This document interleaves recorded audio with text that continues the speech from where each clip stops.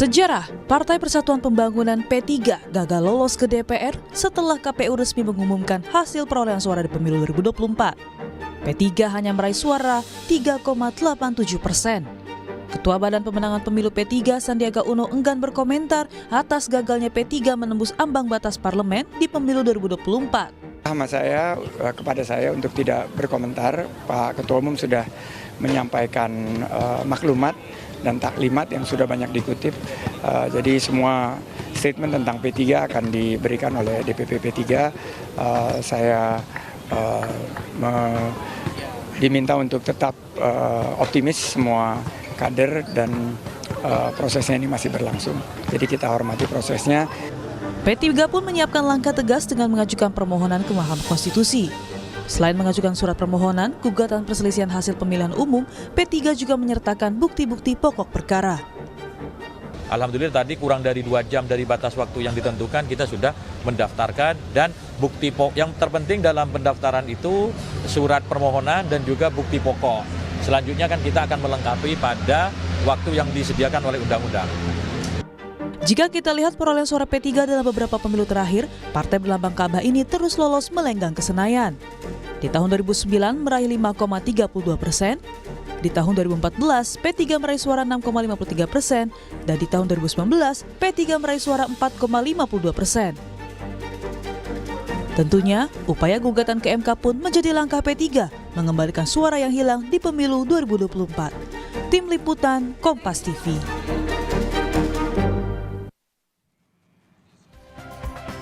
Saudara, untuk pertama kalinya dalam sejarah Partai Persatuan Pembangunan atau P3 berpotensi gagal lolos ke Senayan atau ke DPR berdasarkan dengan hasil rekapitulasi resmi dari Komisi Pemilihan Umum Republik Indonesia. Upaya menggugat hasil pemilu ke Mahkamah Konstitusi pun jadi langkah P3 untuk mengembalikan suara yang hilang. Lalu bagaimana sebenarnya sepak terjang P3 dalam pemilu? Mengapa bisa baru kali ini suara P3 ini tidak melewati ambang batas parlemen? Dan kami hadirkan perbincangannya di pagi hari ini bersama dengan dua narasumber melalui sambungan Zoom. Ada Ketua DPP Partai Persatuan Pembangunan Ahmad Baidowi yang akan bergabung menyusul kemudian. Dan juga yang sudah hadir di sambungan Zoom ada Direktur Eksekutif Parameter Politik Indonesia, Mas Adi Prayitno. Selamat pagi, Assalamualaikum Mas Adi. Selamat pagi Adisti, Waalaikumsalam warahmatullahi wabarakatuh. Ya, Mas Adi, ini kan kalau kita melihat ya, untuk pertama kalinya Partai Islam tertua, terbesar begitu di Indonesia, Partai Persatuan Pembangunan, gagal untuk lolos melenggang ke Senayan. Pendapat Anda seperti apa? Ya, tentu saja campur aduk lah perasaan publik melihat apapun judulnya, partai ini adalah partai Islam tertua di Indonesia yang saya kira umurnya hampir setua bangsa dan negara ini. Betul. Jadi wajar kemudian ketika P3 dinyatakan tidak lolos karena persoalan ambang batas parlemen 4% yang diumumkan oleh KPU beberapa waktu yang lalu, banyak yang sedih sebenarnya karena memang partai P3 ini adalah partai yang sebenarnya sejak pemilu pertama bahkan sampai hari ini itu kan adalah partai politik yang selalu lolos ya. Nah, yang kedua, Adisti, ada beberapa variabel yang menurut saya bisa dijelaskan soal kenapa P3 itu gagal lolos ke parlemen. Pertama, memang ini semacam kegagalan membaca bonus demografi politik di internal P3. Kalau kita mau iris satu persatu, pemilih P3 ini adalah pemilih lama yang berbasiskan tradisional di pedesaan, kalangan-kalangan Islam, dan pada 2024 ini kita kan memiliki bonus demografi yang saya kira hampir 60% adalah kalangan kelompok terdidik, terpelajar, dan kalangan milenial yang saya kira mereka ini preferensi pilihan politiknya berbeda dengan generasi yang lama. Segmentasi pemilih yang saya kira bergerak cukup dinamis ini sepertinya agak gagap ditanggapi oleh kawan-kawan P3, terutama untuk mengaksentuasi bagaimana model kampanye dan pendekatan kepada pemilih yang tentu saja sangat berbeda secara total dengan pemilih-pemilih lama di P3. Itu yang pertama ya. Nah, yang kedua memang P3 sepertinya juga gagal membaca antara aspirasi di Pilpres dengan pemilih di bawah dengan keputusan elit politik mereka. Kalau kita mau jujur sebenarnya pemilih P3 itu adalah mereka yang pemilih di Pilpres yang kemudian menentukan pilihan politiknya kepada Anies dan kemudian kepada Pak Prabowo Subianto Oke. dan hanya sedikit saja kepada Pak Ganjar Pranowo. Sementara kita tahu bahwa elit politik mereka sejak awal sudah memutuskan berkoalisi dengan Pak Ganjar Ganjar, Mahfud. Mhm. jangan dengan Pak Mahfud, inilah yang kemudian saya sebut sebagai disparitas antara keinginan pemilih-pemilih tradisional di bawah P3 yang lebih cenderung ke Anies, kemudian lebih cenderung ke Prabowo, dan elitnya memutuskan untuk berkoalisi dengan Pak Ganjar. Hmm. Tentu dalam banyak hal ini membuat suasana batin pemilih P3 itu relatif tidak terlampau konsolidatif ya untuk mendapatkan suara-suara signifikan. Mhm. Nah, yang ketiga menurut saya, kalau mau jujur sebenarnya, Pileg ini sangat terkait dengan bagaimana anatomi kekuatan politik mesin partai dan struktur caleg yang ada. Nah, P3 caleg-calegnya ini sepertinya tidak terlampau mentereng seperti partai-partai yang lain, seperti Golkar, seperti PDIP, seperti Mhm. Gerindra, atau partai-partai yang sudah lolos ke parlemen. Hmm. Mestinya memang caleg yang dimainkan adalah mereka yang sebenarnya memiliki kaki-kaki politik yang kuat dan bahkan di daerah satu pemilihan itu diterjunkan begitu banyak caleg yang tujuannya adalah untuk mendapatkan suara satu kursi minimal, tentu dengan menerjunkan caleg-caleg yang memiliki karakter pejuang, vote getter dan bisa mendulang suara. Hmm. Kalau kita melihat misalnya di PDIP lah, di Dapil Jakarta Selatan dan luar negeri itu kan ada nama-nama besar. Di situ ada Onco Mikel, ada Masinton Pasaribu, Hmm. ada kemudian ada Pras, di situ juga ada kemudian Eriko Sutarduga. Sekalipun PDIP hanya dapat satu, tapi minimal PDIP di satu dapil dapat kursi. Mhm. Yang ingin saya jelaskan adalah bahu membahu caleg-caleg yang kemudian bekerja secara masif. Ini yang sepertinya juga kurang dihitung sehingga perolehan P3 di sejumlah dapil itu kosong sehingga mengantarkan mereka ini tidak lampau mendapatkan suara yang kemudian mencapai ambang batas 4%. Saya kira di situ potret sekilas ya bahwa kenapa P3 ini kemudian dinyatakan tidak lolos oleh Ah. KPU karena belum mencapai ambang batas parlemen 4%. Tapi kita tunggu apakah gugatan hasil pemilu ke Mahkamah Konstitusi justru akan membuat P3 yang suaranya katanya hilang di 18 daerah pemilihan Hmm. kembali rebound, kembali didapatkan sehingga partai ini bisa lolos ke parlemen. Oke, tadi kan Anda menyebutkan ya Mas Adi ya, katanya sebenarnya di akar rumputnya P3 ini, kebanyakan pemilih P3 ini memilihnya adalah Anies dan juga Pak Prabowo begitu. Anda melihat P3 ini kemudian terburu-burukah koalisi dengan Ganjar Mahfud atau seperti apa? Salah strategi begitu? Kalau mau jujur sebenarnya banyak partai politik yang agak sedikit salah memprediksi keputusan politik mereka di Pilpres. Bagi saya salah satunya P3. Mhm. Dulu mungkin bagi P3 ketika melihat konstelasi politik seakan-akan tidak akan ada perbedaan secara signifikan antara Jokowi dan PDIP.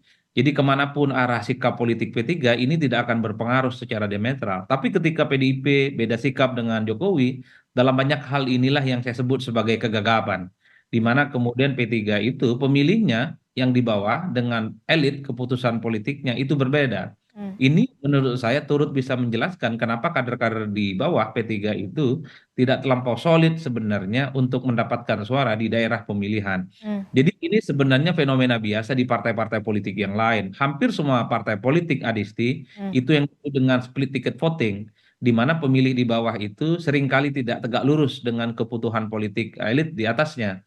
Tapi di P3 ini bagi saya jumlahnya pemilihnya yang jauh lebih besar, tidak seirama dengan keputusan elitnya, lebih besar dibandingkan dengan yang lain. Mhm. Oke, ini kan kalau kita lihat ya, ada tokoh baru begitu di Partai Persatuan Pembangunan, ada nama Sandiaga Uno yang kemudian juga berada sebagai ketua Bapilu. Anda melihatnya tidak cukup tidak cukup strategiskah, kemudian tidak cukup kuatkah kemudian Sandiaga Uno untuk mendongkrak suara atau elektabilitas dari Partai Persatuan Pembangunan ini, Mas Adi? Pernah suatu waktu sebenarnya P3 ini mendapatkan satu momentum politik yang cukup luar biasa. Aha. Ketika Sandiaga Uno itu keluar dari Gerindra dan bergabung dengan P3. Hmm. Saat itu spotlight pembicaraan soal P3 itu sangat identik dengan Sandiaga Uno. Sandiaga Uno itu identik dengan P3. Jadi pembicaraan saat itu praktis hampir 6 bulan, 7 bulan. Itu bicara tentang Sandi dan itu memberikan faedah elektoral secara signifikan. P3 saat itu ya, terutama di awal-awal tahun 2023 itu elektabilitasnya sudah di atas 4%. Itu dalam posisi aman.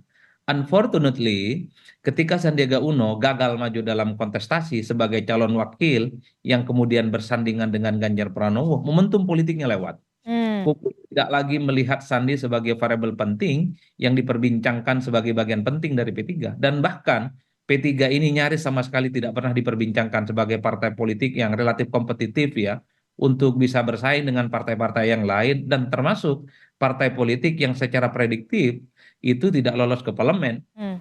Jadi kalau mau jujur kita melihat angka-angka survei sejak awal memang P3 ini surveinya tidak pernah sampai 4%. Hmm. Satu-satunya cara bisa menjelaskan P3 itu lolos ke parlemen karena plus ya soal margin of error dalam survei yang 1,5%.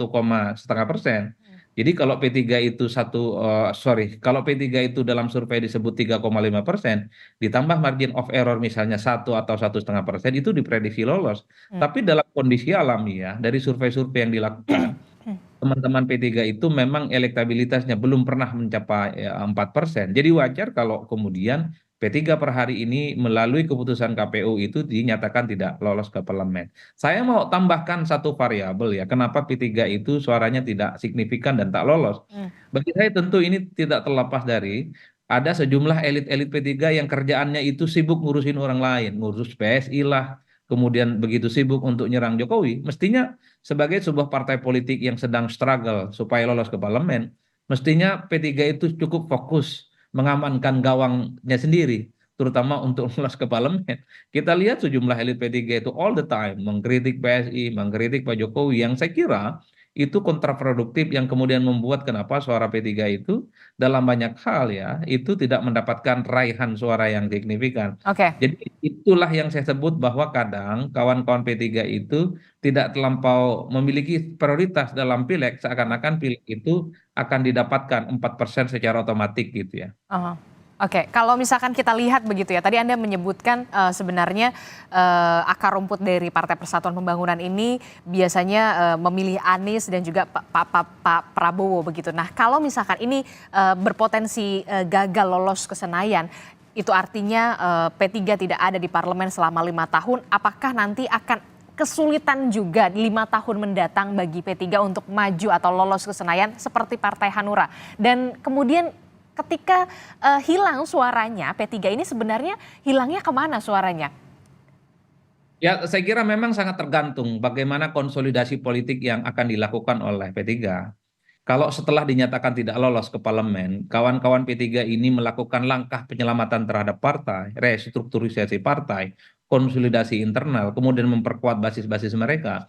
Saya kira di 2029 yang akan datang, P3 akan tetap rebound dan akan tampil sebagai partai politik yang sepertinya potensial akan kembali lolos ke parlemen. Hmm. Tapi kalau kemudian move on-nya ini cukup lama gitu ya, kemudian bersedih tak berkesudahan, ya saya kira P3 juga akan sulit. Harus Seperti pindah koalisi atau bagaimana menurut Mas Adi? tapi kuncinya memang ini adalah konsolidasi internal. Nggak ada cerita sekarang bagi P3 untuk bicara yang lain. Fokus membenahi partai, fokus konsolidasi di dalam, memperkuat struktur, memperkuat jaringan, kembali ke hitoh mereka sebagai partai Islam yang berbasiskan pemilih-pemilih Islam tradisional. Hanya dengan cara itu kemudian P3 itu bisa rebound di 5 tahun yang akan datang. Ini satu-satunya cara karena memang kalau mau jujur, P3 ini masih punya loyal dan strong voter yang saya kira memang terdistribusi di kalangan-kalangan pemilih Muslim tradisional yang ada di pedesaan, terutama kalangan pemilih-pemilih pesantren, Adisti. Jadi tiga ini punya resource politik yang tidak dimiliki oleh yang lain. Oleh karena itu wajar kalau kemudian banyak yang bersedih sebenarnya kalau P3 itu tidak lolos ke parlemen. Karena apapun P3 ini adalah bagian dari representasi politik dari pemilih-pemilih Nahdliyin ya, yang sebagian memang menentukan pilihan politiknya kepada P3. Meski kita tahu mayoritas pemilih Nahdliyin itu adalah pemilih yang kemudian terasosiasi dengan PKB. Oke, jadi Anda melihat banyak pemilih P3 yang kemudian bergeser begitu ke PKB atau bagaimana? Kalau di masa yang akan datang memang ada dua partai yang beririsan secara ketat ya dengan P3. Pertama tentu adalah PKB, yang kedua adalah PKS. Partai ini yang paling mungkin akan menjadi tempat pelabuhan kalau memang P3 itu tidak melakukan konsolidasi cukup kuat ke dalam. Kalau catatan saya adalah saya membaca bahwa teman-teman P3 ini sepertinya memang sedang berhitung betul ke depan, terutama setelah mereka itu melakukan sengketa hasil Oke, gugatan ke Mahkamah Konstitusi. Rasa-rasanya setelah itu mereka akan tetap solid dan membangun partai ini untuk berjuang di masa 5 tahun yang akan datang. oke. Sehingga pemilih-pemilihnya itu tidak hijrah dan tidak pindah ke lain hati. Mhm. Karena itu tadi, banyak pemilih P3 itu yang saya kira samikna watokna, masih tegak lurus dengan Partai Islam, Hmm. yang lambangnya adalah partai yang menurut saya satu-satunya berlambang Ka'bah. Baik, kita harapkan kemudian Partai Persatuan Pembangunan ini bisa konsolidasi internal, berbenah diri, kemudian jangan sampai kemudian 5 tahun ke depan ini bisa bisa rebound kembali begitu ya. Terima kasih Direktur Parameter Politik Indonesia, ada Mas Adi Prayitno. Jangan kemana-mana Mas Adi, nanti di segmen selanjutnya kita masih lanjut dengan tema yang berbeda lagi ya, yang lebih menarik ini karena ada sejumlah partai politik yang kemudian dikabarkan akan bergabung dengan Koalisi Indonesia Maju, Saudara. Sebenarnya apa untung rugi koalisi ataupun oposisi? Akan kita bahas sesaat lagi. Tetaplah bersama kami di Sapa Indonesia Pagi.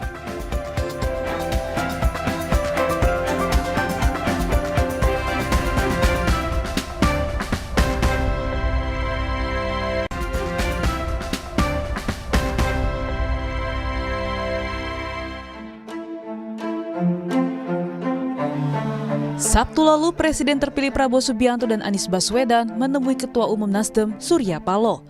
Sama hari, beda perlakuan. Begitulah kesan yang terlihat jika membandingkan pertemuan antara Prabowo dan Surya Paloh dengan Anies Baswedan yang juga sama-sama menemui Ketua Umum Nasdem. Kedatangan Presiden terpilih Prabowo Subianto ke Nasdem Tower begitu meriah, disambut Ketua Umum dan seluruh petinggi partai lengkap dengan karpet merah. Tak hanya saling memuji dan merangkul akrab, usai pertemuan Surya Paloh juga mengantar Prabowo pulang.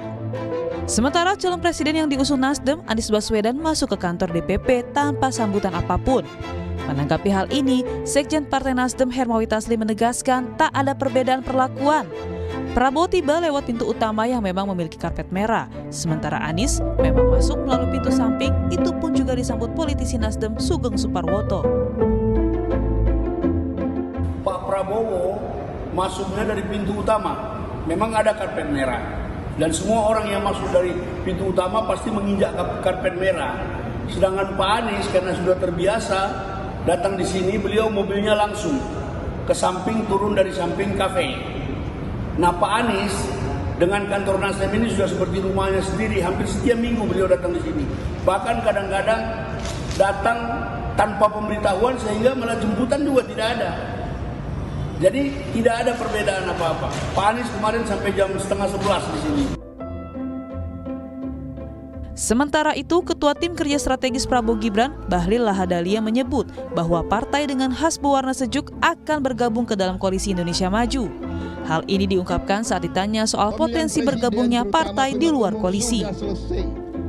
Bahlil juga menanggapi baik soal silaturahmi Presiden terpilih Prabowo dengan lawan politiknya. Menurut Bahlil, perbedaan pilihan politik antara Prabowo dan Surya Paloh hanya sebatas pertarungan di dalam Pilpres. Ya semua dekat kok, insya Allah semuanya akan baik-baik ada saja. yang gabung berarti beneran ya? Feeling saya ada, feeling saya. Warnanya? Warnanya sejuk ya. Biru, hijau atau coklat? Sejuk. Lalu, pertemuan ini akankah disinyalir menjadi langkah awal untuk menjadi koalisi atau justru tetap menjadi oposisi? Tim Liputan Kompas TV. Ya, Saudara, situasi politik penetapan hasil pemilu oleh KPU makin cair. Lalu akankah pertemuan para elit politik ini menjadi sinyal akan adanya koalisi? Lalu bagaimana dengan rekan koalisi lama? Apa saja untung rugi masuk koalisi dan jika memilih jadi oposisi? Kami hadirkan perbincangannya hari ini bersama dengan sejumlah narasumber. Sudah ada politisi dari Partai Nasdem, Mbak Eva Sundari. Assalamualaikum Mbak Eva. Waalaikumsalam Mbak Dik. Ya, kemudian juga ada juru bicara Partai Keadilan Sejahtera, ada Kang Pipin Sopian. Assalamualaikum Kang Pipin. Waalaikumsalam Mbak Adisti, Mbak Eva. Ya, dan juga kembali bersama kita juga ada Direktur Eksekutif Parameter Politik Indonesia, Mas Adi Prayitno. Selamat pagi Mas Adi, kita lanjutkan lagi ya. Nih, Mbak Eva tadi kalau kata Pak Bahlil akan ada feelingnya, akan ada yang bergabung dengan koalisi Prabowo Gibran. Warnanya sejuk. Jadi betul Nasdem nih. saya merujuk ke statementnya Pak Ketum ya, pada saat ramai setelah kunjungan Pak Prabowo, bahwa saat ini koalisi atau oposisi itu belum prioritas bagi Nasdem ya, karena memang masih ada sengketa yang akan dibereskan di MK ya. Dan lagian kalau oposisi maupun koalisi kan nanti ya setelah pelantikan ya, bukan saat ini ya. Jadi menurut saya memang benar prioritas saat ini adalah konsolidasi ke dalam, karena banyak sengketa juga di Nasdem di MK ya untuk pencalekannya. Dan kalau ada komunikasi itu memang pertanda bagus ya, supaya tensi turun, apalagi di masa ke depan ini situasi perekonomian kita kan nggak begitu bagus ya Mbak ya. Ada banyak indikasi yang membuat kita patut untuk waspada. Jadi kalau para pimpinan, para elit itu cooling down ya nggak apa-apa. Tadi ada pertanyaan Mbak Risti tentang keuntungan ya Mbak ya, tentuan kerugian.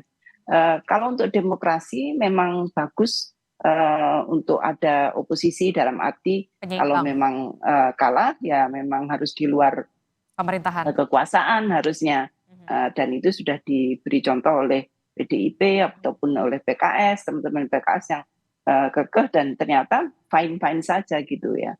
Dan itu bagus untuk harapan ya bagi para pemilih yang kemudian loh gimana sih kemarin sudah dibantu untuk melawan X, kok sekarang bergabung sama X, ini kok seperti tukar guling dan kita nggak dihargai gitu ya.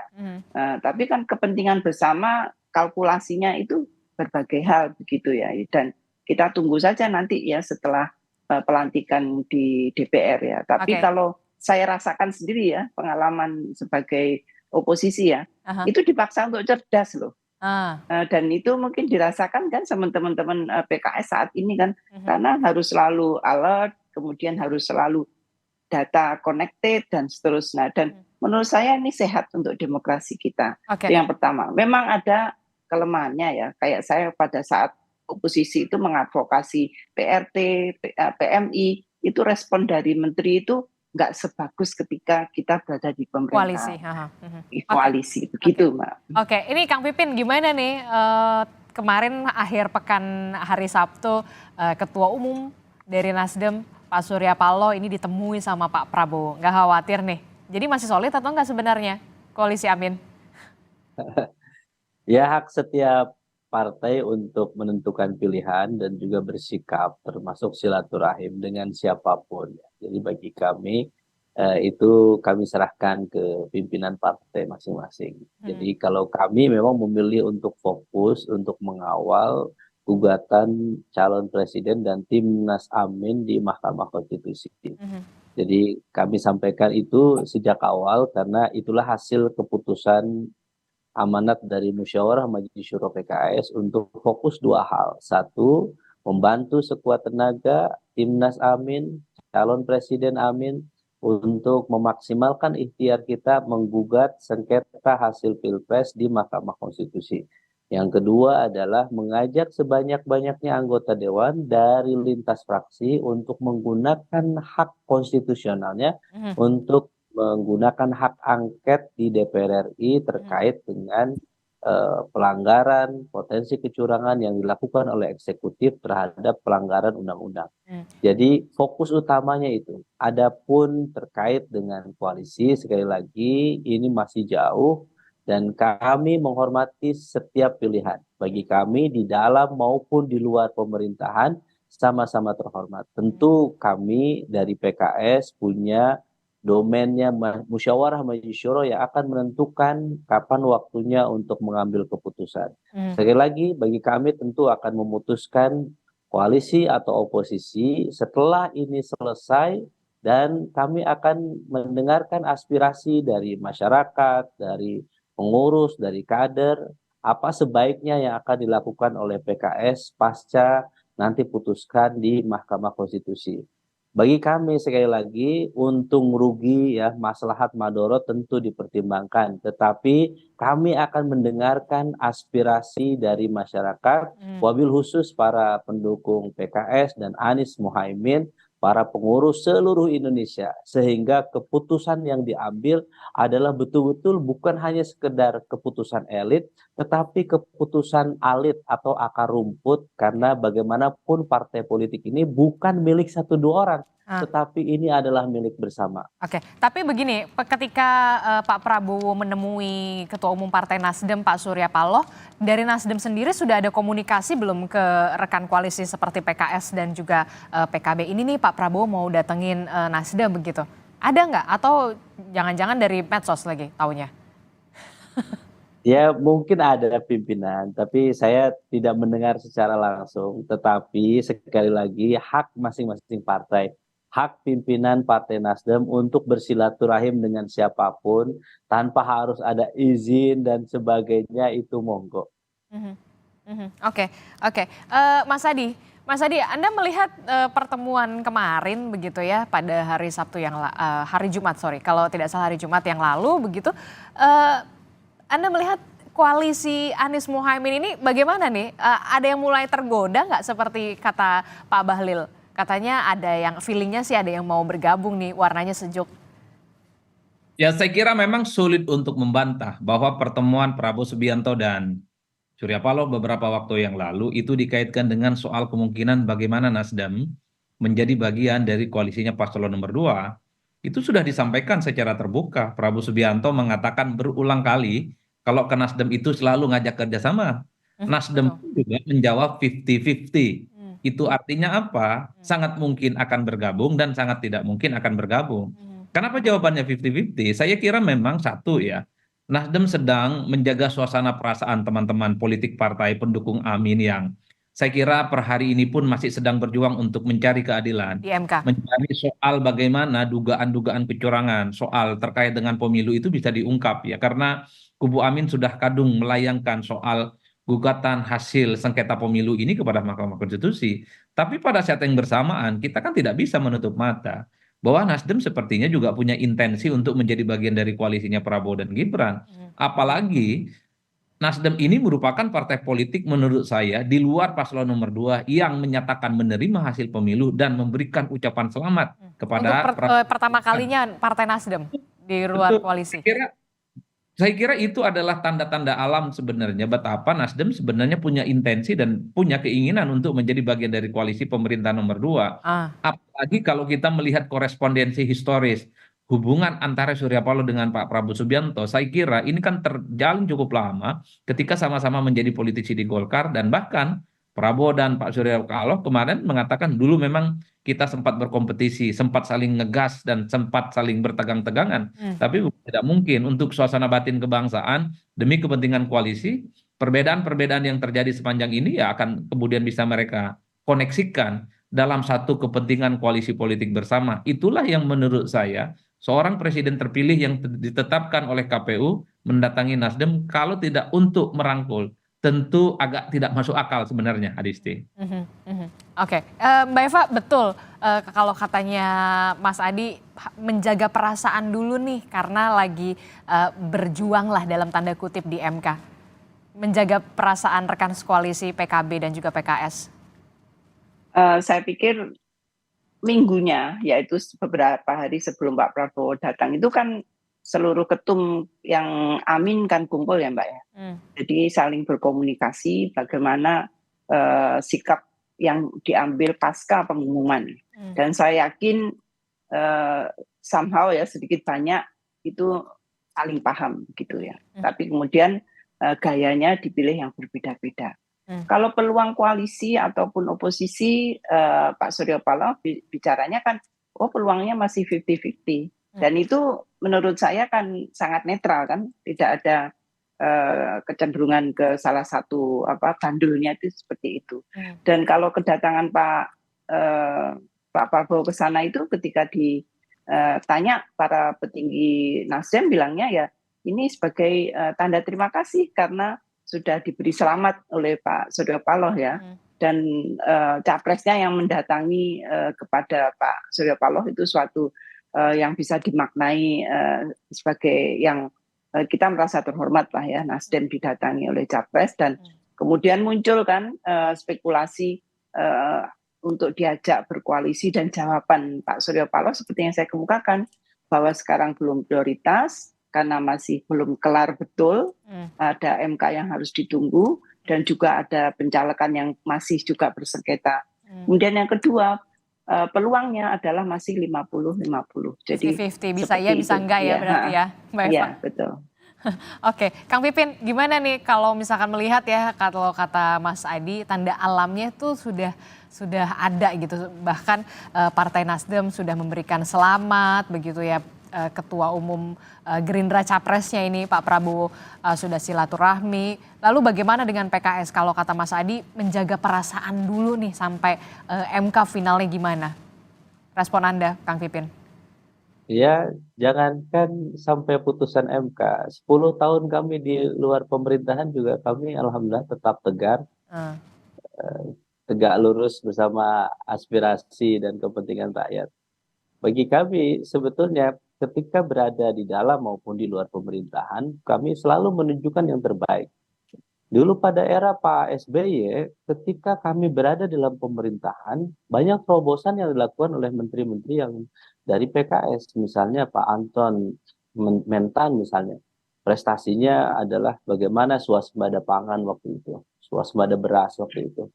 Kemudian Pak Habib Salim waktu itu bisa menjadi menelurkan satu program namanya program Keluarga Harapan yang bertahan sampai sekarang.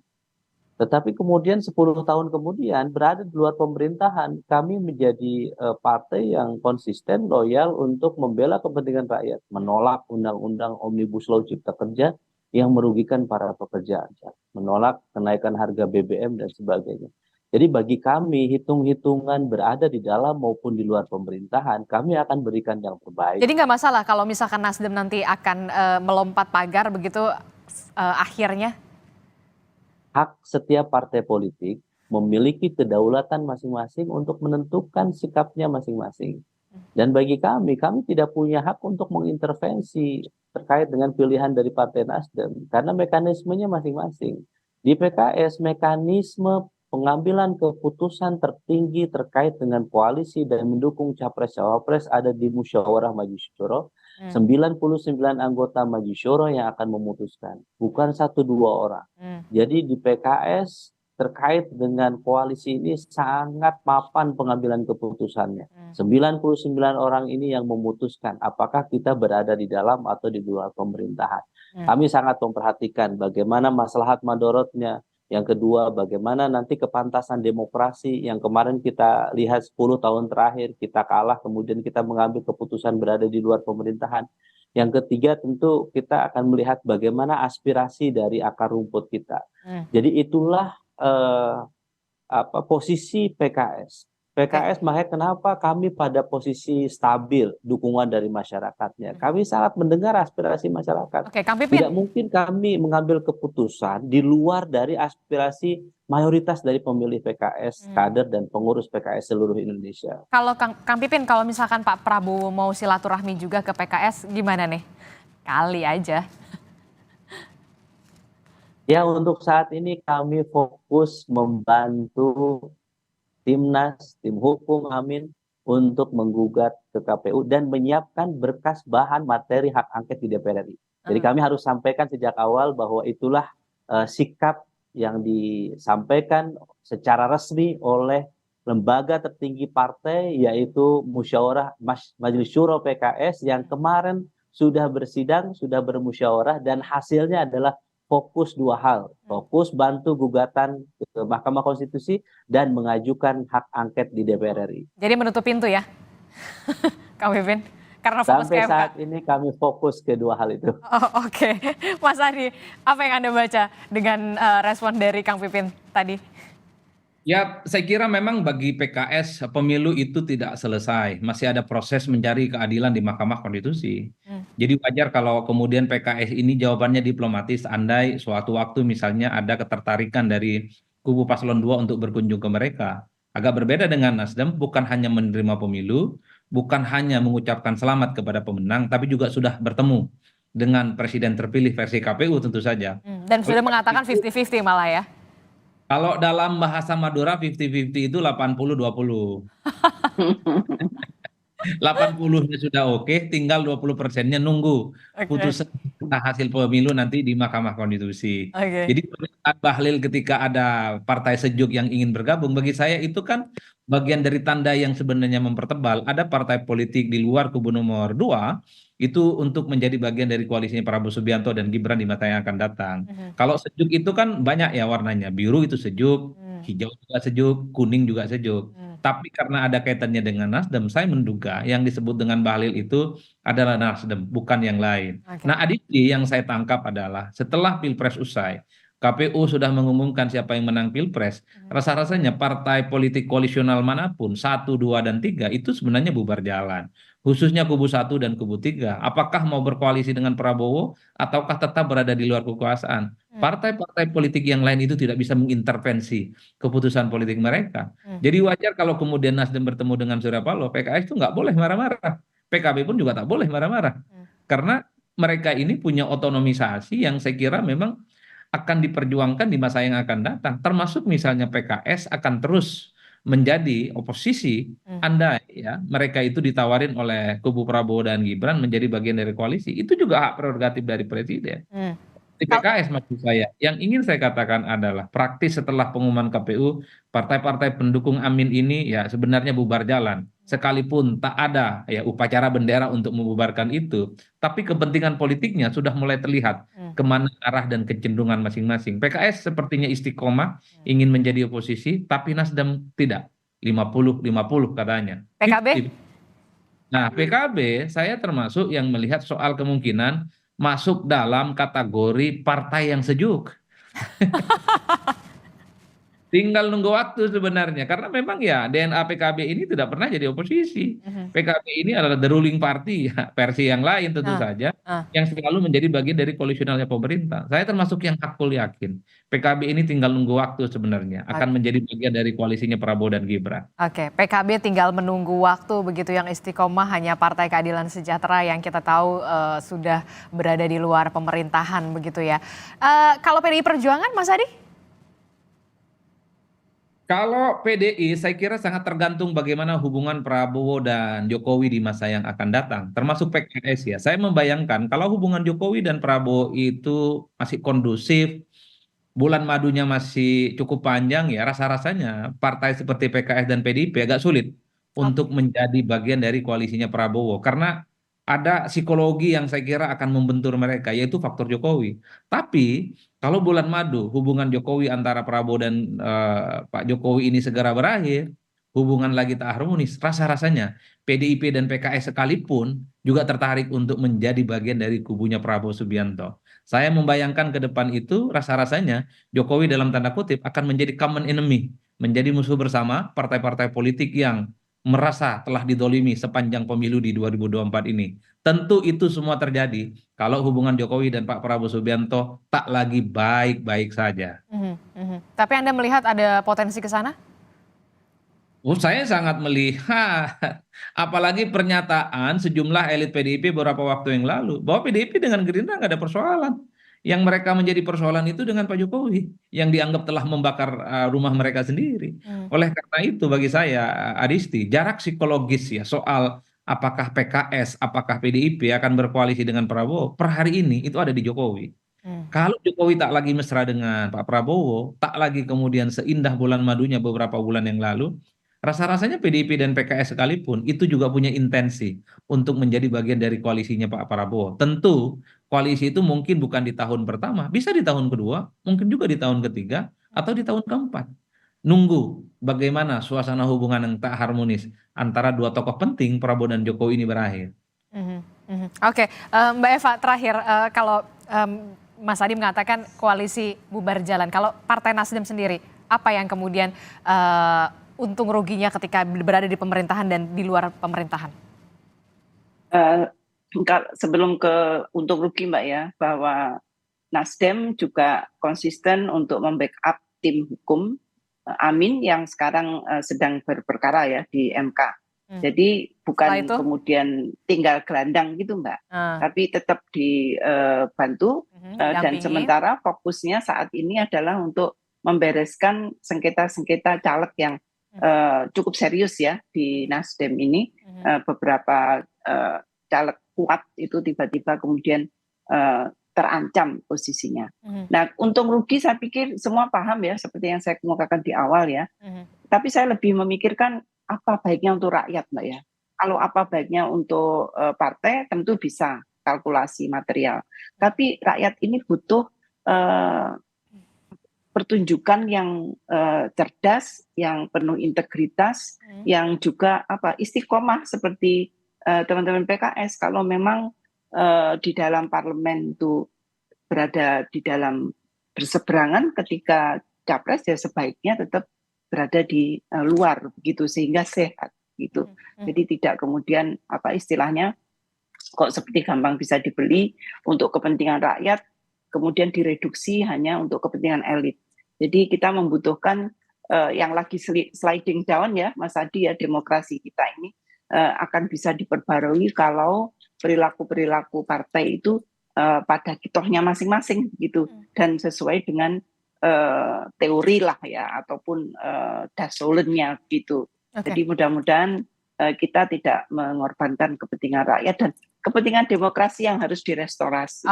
Oke, kita akan lihat bagaimana nantinya setelah bergulirnya di Mahkamah Konstitusi, karena memang Nasdem akan terus mendampingi dari gugatan yang memang sudah masuk ya, sudah didaftarkan. Kang Pipin, terakhir Kang Pipin, kata Mas Adi mengatakan koalisinya ya bubar jalan. Ya, kami belum merasa ke sana ya sampai nanti putusan MK dan kami membubarkan diri. Tentu saya kira kita pernah bersatu bareng ya, dulu punya piagam koalisi, tentu nanti kita juga akan membahas bersama. Tetapi saya harus sampaikan bahwa sampai saat ini kami masih optimis bahwa gugatan ke Mahkamah Konstitusi ini akan memberikan keadilan kepada kami, bahwa ada pelanggaran, ada capres-cawapres yang tidak memenuhi persyaratan dan memungkinkan untuk didiskualifikasi, sehingga potensi untuk Amin untuk masuk ke putaran selanjutnya masih memungkinkan. Jadi bagi kami Pilpres belum selesai, kami terus akan mencari keadilan seadil-adilnya baik di MK maupun di DPR RI. Oke, mau koalisi mau oposisi sama terhormatnya begitu ya. Kalaupun di oposisi di luar pemerintahan, ini merupakan penyeimbang begitu ya, mengawasi jalannya pemerintahan jangan sampai kemudian seia dan seirama begitu ya. Itulah yang namanya demokrasi begitu ya. Kang Pipin, Mbak Eva, harus tetap ada pengawasan, itu yang terpenting. Terima kasih Mbak Eva, Kang Pipin, Mas Adi Prayitno telah bergabung bersama kami. Nanti lain waktu kita diskusi lagi dengan tema yang menarik. Terima kasih, assalamualaikum, selamat pagi. Waalaikumsalam. Waalaikumsalam warahmatullahi wabarakatuh.